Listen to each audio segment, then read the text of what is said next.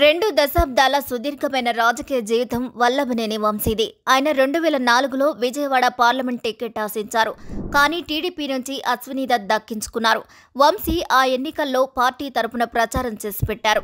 ఇక ఆయనలోని డైనమిక్ నేచర్ని గమనించిన టీడీపీ పెద్దలు 2009లో అదే విజయవాడ ఎంపీ టికెట్ ఇచ్చారు.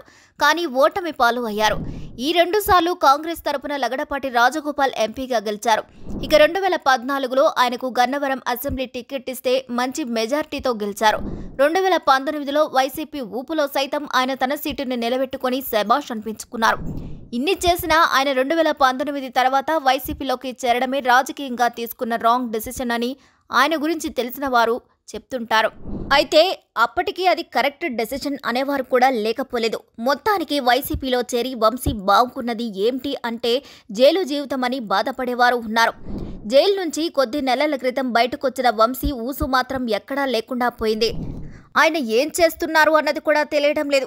అయితే వంశీ ఆరోగ్యం బాగాలేదని, ఆయన కొన్నాళ్ల పాటు రెస్ట్ తీసుకుంటారని అప్పట్లో చెప్పుకున్నారు.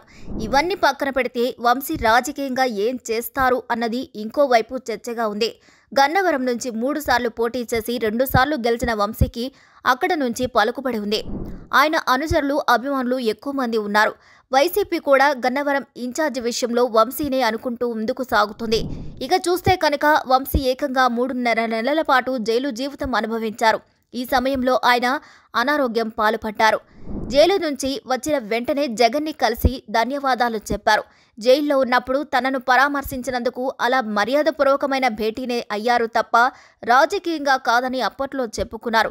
ఇక మరోవైపు చూస్తే వంశీ రాజకీయాలకు గుడ్ బై చెప్తున్నారు అన్న ప్రచారం అయితే సోషల్ మీడియాలో సాగుతుంది. ఆయన ఇక మీదట పాలిటిక్స్కి దూరంగా ఉంటారు అని అంటున్నారు.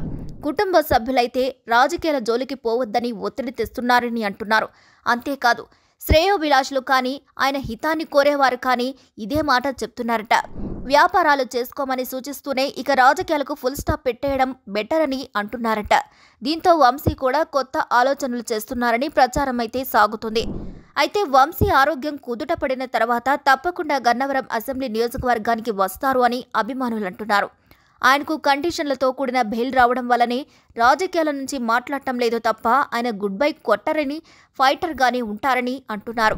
అయితే వంశీ గన్నవరంపై చూడడం లేదని మరోవైపు చర్చ సాగుతుంది.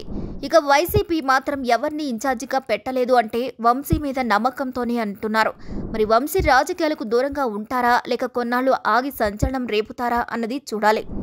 ఏది ఏమైనా వంశీ నిర్ణయం మాత్రం సంచలనంగానే ఉంటుందని అంటున్నారు. చూడాలి మరి ఆ నిర్ణయం ఏంటో. మరి ఈ వీడియోపై మీ అభిప్రాయాన్ని కామెంట్ ద్వారా తెలియజేయండి. మరిన్ని అప్డేట్స్ కోసం మా ఛానల్ని లైక్ చేయండి, షేర్ చేయండి, సబ్స్క్రైబ్ చేయండి.